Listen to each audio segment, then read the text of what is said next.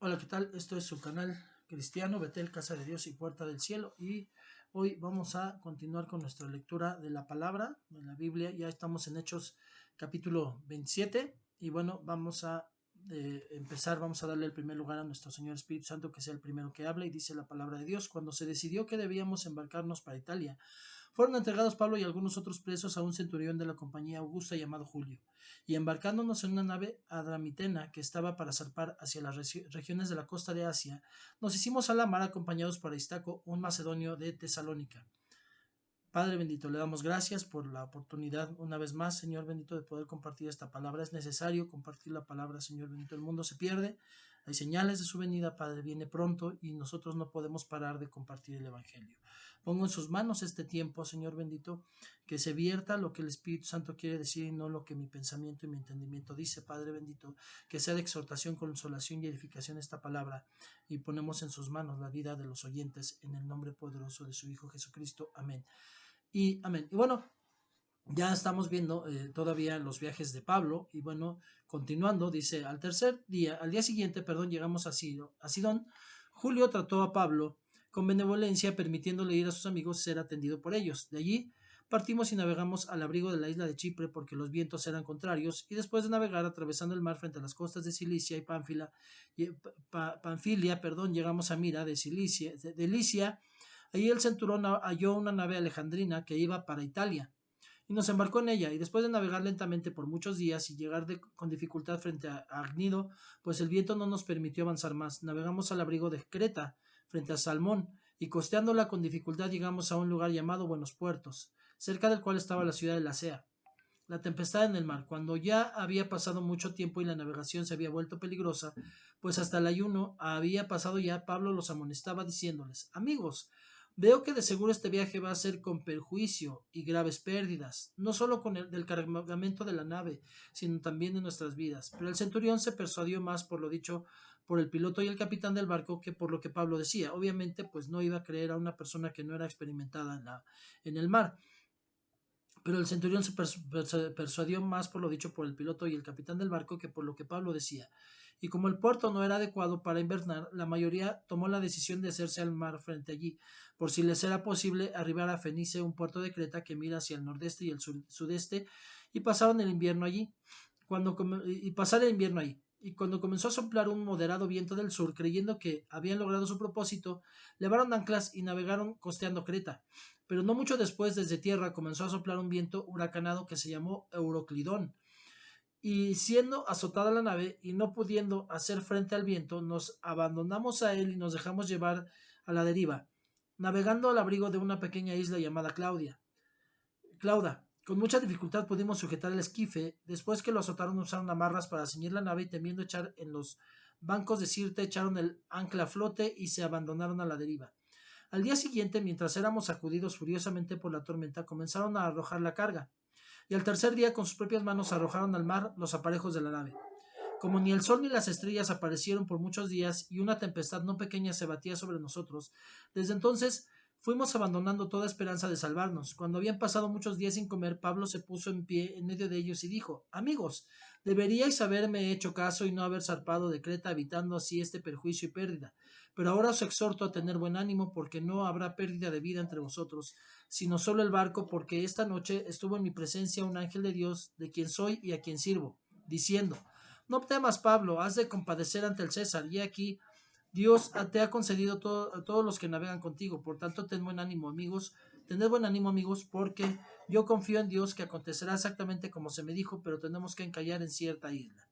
Y llegada la 14ª noche, mientras éramos llevados a la deriva en el mar Adriático, a eso de la medianoche los marineros presentían que se estaban acercando a tierra. Echaron la sonda y hallaron que había 20 brazas. Pasando un poco más adelante, volvieron a echar la sonda y hallaron 15 brazas de profundidad. Y temiendo que en algún lugar fuéramos a dar con escollos, echaron 4 anclas por la popa y ansiaban que amaneciera. Como los marineros trataban de escapar de la nave y habían bajado el esquife al mar, bajo pretexto de que se proponían echar las anclas desde la proa, Pablo dijo al centurión y a los soldados: si estos no permanecen en la nave, vosotros no podréis salvaros. Entonces los soldados cortaron las amarras del esquife y dejaron que se perdiera. Y hasta que estaba a punto de amanecer, Pablo exhortaba a todos a que tomaran alimento, diciendo: Hace ya 14 días que velando continuamente estáis en ayunas y sin tomar ningún alimento. Por eso os aconsejo que toméis alimento, porque esto es necesario para vuestra supervivencia, pues ni un solo cabello de la cabeza de ninguno de vosotros perecerá. Obviamente, hubo pruebas que Dios estaba respaldando a Pablo, y si al principio los profesionales marinos, el capitán y todos los que dirigían el barco no le creían, y todos los que estaban trabajando en el barco, pues vieron que Dios lo respaldaba y empezaron a creer y hacer caso a lo que Pablo decía. Dijo que ninguno de ellos moriría, y ellos lo creyeron, y ellos pusieron su esperanza en las palabras de Pablo. Por lo tanto, veían, porque más bien el resultado de ver que Dios estaba respaldando a Pablo. Habiendo dicho esto, tomó pan y dio gracias a Dios en presencia de todos, y partiéndolo comenzó a comer. Entonces todos, teniendo ya buen ánimo, tomaron también alimento. En total éramos en la nave 276 personas. Una vez saciados, aligeraron la nave arrojando el trigo al mar. Cuando se hizo de día no reconocían la tierra, pero podían distinguir una bahía que tenía playa, y decidieron lanzar la nave hacia ella si les era posible. Y cortando las anclas, las dejaron en el mar, aflojando al mismo tiempo las amarras de los timones e izando la vela de proa al viento.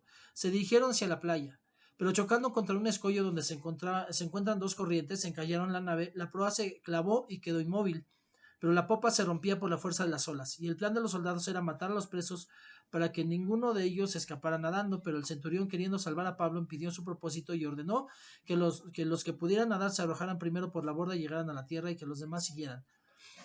A algunos en tablones y otros en diferentes objetos de la nave, y así sucedió que todos llegaron salvos a tierra. Se cumplió lo que Pablo decía: aparentemente podían morir, no había suficientes lanchas para que se salvaran todos, pero finalmente muchos llegaron, más bien todos, no se perdió ni uno, como Pablo había dicho, todos llegaron salvos a tierra. Capítulo 28. Y una vez que ellos estaban a salvo, nos enteramos de que la isla se llamaba Malta. Obviamente Dios tenía un propósito, Él quería que empezara el cristianismo también en Malta. Y los habitantes nos mostraron toda clase de tensiones, porque a causa de la lluvia que caía y del frío, encendieron una hoguera y nos acogieron a todos. Pero cuando Pablo recogió una brazada de leña y la echó al fuego, una víbora salió huyendo del calor y se le prendió en la mano. Y los habitantes, al ver al animal colgando de su mano, decían entre sí: sin duda que este hombre es un asesino, pues aunque fue salvado del mar, justicia no le ha concedido vivir. Pablo, sin embargo, sacudiendo la mano, arrojó el animal al fuego y no sufrió ningún daño. Y ellos esperaban que comenzara a hincharse y que súbitamente cayera muerto, pero después de esperar por largo rato y de no observar nada normal en él, cambiaron de parecer y decían que era un dios. Bueno, en esta parte vemos algo que algunos quizás habrán visto en un meme que sale en Facebook y que es correcto. A mí me gusta bastante. Dice: Dios no te va a librar de la picadura de la serpiente, pero te va a librar de la muerte por ella. O sea, Dios no te está prometiendo que no vas a tener picadura de serpiente, no vas a pasar por las que pasó Pablo, pero Dios le libró a Pablo. Y bueno, al ver el milagro de que no fue envenenado con la mordedura de la serpiente, bueno, finalmente todos que eran idólatras empezaron a creer que era un dios. Y cerca de allí había unas tierras que pertenecían al hombre principal de la isla, que se llamaba Publio, el cual nos recibió y nos hospedó con toda amabilidad por 3 días. Y sucedió que el padre de Publio yacía en cama, enfermo con fiebre y disentería. Y Pablo entró a verlo, y después de orar puso las manos sobre él y lo sanó. Y cuando esto sucedió, los demás habitantes de la isla que tenían enfermedades venían a él y eran curados. También nos honraron con muchas demostraciones de respeto, y cuando estábamos a punto de zarpar, nos suplieron con todo lo necesario. Obviamente estaban agradecidos, pero principalmente Dios usó a Pablo para que fuera esparcido el Evangelio en Malta. Continuó el viaje a Roma. Después de 3 meses nos hicimos a la vela en una nave alejandrina que había invernado en la isla y que tenía por insignia a los hermanos gemelos. Cuando llegamos a Siracusa nos quedamos allí por 3 días, y zarpando de allí seguimos la costa hasta llegar a Regio, y el día siguiente se levantó un viento del sur y en 2 días llegamos a Puteoli. Allí encontramos algunos hermanos que nos invitaron a permanecer con ellos por 7 días, y así llegamos a Roma. Obviamente cuando dice la insignia a los hermanos gemelos, está hablando precisamente de la leyenda que existe de cómo inició Roma, de la loba que crió a dos personas, a dos niños, a dos bebés, y que ellos fueron los iniciadores de Roma. Y bueno, pues a eso se refieren los hermanos gemelos. Cuando los hermanos tuvieron noticia, ya estamos hablando, ¿no?, de los hermanos que estaban en el barco como estatuas, sino de los hermanos en la fe, tuvieron noticia de nuestra llegada, vinieron desde allá a recibirnos hasta el foro de Apio y las 3 tabernas, y cuando Pablo los vio, dio gracias a Dios y cobró ánimo. Cuando entramos en Roma, el centurión entregó los presos al prefecto militar, pero a Pablo se le permitió vivir aparte con el soldado que lo custodiaba. Y aconteció que 3 días después Pablo convocó a los principales de los judíos, y cuando se reunieron les dijo: amados hermanos, eh, sin haber hecho yo nada contra nuestro pueblo ni contra las tradiciones de nuestros padres, desde Jerusalén fui entregado preso en manos de los romanos, los cuales cuando me interrogaron quisieron ponerme en libertad, pues no encontraron causa para condenarme a muerte. Pero cuando los judíos se opusieron, me vi obligado a apelar al César, pero no porque tuviera acusación alguna contra mi pueblo. Por tanto, por esta razón he pedido veros y hablaros, porque por causa de la esperanza de Israel llevo esta cadena. Y ellos le dijeron: nosotros ni hemos recibido cartas de Judea ni de ti, ni ha venido aquí alguno de los hermanos que haya informado o hablado algo malo acerca de ti. Pero deseamos oír de ti lo que enseñas, porque lo que sabemos de esta secta es que en todas partes se habla contra de ella. Eh, bueno, ellos no habían recibido noticias de Pablo, pero sí sabían del cristianismo. No habían escuchado que se hablara mal de Pablo, pero ellos querían pues escuchar de qué se trataba el asunto, y habiéndole fijado un día vinieron en gran número a donde él posaba, y desde la mañana hasta la tarde les explicaba, testificando fielmente sobre el reino de Dios y procurando persuadirlos acerca de Jesús tanto por la ley de Moisés como los profetas. Algunos fueron persuadidos con lo que se les decía, pero otros no creían, y al no estar de acuerdo entre sí comenzaron a marcharse después de que Pablo dijo una última palabra. Bien habló el Espíritu a vuestros padres por medio de Isaías el profeta, diciendo: ve a este pueblo y di: al oír oiréis y no entenderéis, y viendo veréis y no percibiréis, porque el corazón de este pueblo se ha vuelto insensible, y con dificultad oyen con sus oídos, y sus ojos han cerrado, no sea que vean con los ojos y oigan con los oídos, y entiendan con el corazón y se conviertan, y yo los sane. Sabed por tanto que esta salvación de Dios ha sido enviada a los gentiles. Ellos sí oirán. Y cuando hubo dicho esto, los judíos se fueron teniendo gran discusión entre sí, y Pablo se quedó por 2 años enteros en la habitación que alquilaba, y recibía a todos los que iban a verlo, predicando el reino de Dios y enseñando todo lo concerniente al Señor Jesucristo con toda libertad y sin estorbo. La realidad es que sí hay muchas personas que, como dice aquí, viendo, oyendo, no entendieron ni percibieron. Hay personas que vieron el Señor me ha dado a mí el don de sanidad, y gloria a Dios. Fuimos hace tiempo a orar por una persona que tenía cáncer, se sanó, no se convirtió, quiso escuchar por un tiempo porque tenía hambre, pero por su urgencia, no por Dios. Se sanó y se alejó. Volvimos a orar por ella cuando le volvió el cáncer, se volvió a sanar y no aceptó y se volvió a alejar. Y finalmente, bueno, Dios le ha dado vida, pero la realidad es que, pues a fin de cuentas, como ya lo vimos en el video anterior de la justificación, pues, pues Dios le va a tomar cuentas de ello. Dios le dio 2 veces su sanidad y no ha querido escuchar. También tengo el milagro y el testimonio de que mi hijo Lalo, cuando era pequeño, tenía un tumor en la cabeza, que si no que no podía ser extirpado por la zona tan difícil en la que estaba, y él tenía que tomar un medicamento por toda su vida. El Señor lo sanó en la iglesia en una noche de sanidad. Hasta hoy no ha vuelto a tener. De hecho, cuando mi esposa lo llevó para confirmarlo al doctor, casi le dijeron que estaba loca, que ya el niño no tenía nada. Ella les enseñó las radiografías y ellos no lo entendieron, no lo creyeron ni lo vieron. Obviamente para mi esposa fue una prueba. Después mi hija Betty tuvo un accidente en moto años después. Ella debió de haber muerto en ese accidente. Eh, eh, y si no, al menos iba a estar muchos años en hospital y en terapias. Y el diagnóstico principal, el primero, era que no iba a volver a caminar. Ella hoy está sana, caminando, y si bien no al 100% en su cuerpo, pero damos gracias a Dios por su sanidad, y yo le pido siempre a Dios porque los clavos que le pusieron y esas situaciones pues no le duelan, y Dios lo puede hacer, que también si Él hace un milagro lo hace completo, y finalmente quizás para ella esos clavos son como el aguijón que tenía Pablo, pero finalmente ella está viva y ella pertenece a Cristo. Y muchos han visto esos milagros de los que digo, hubo personas alrededor que vieron y podría hablarles de muchos otros más.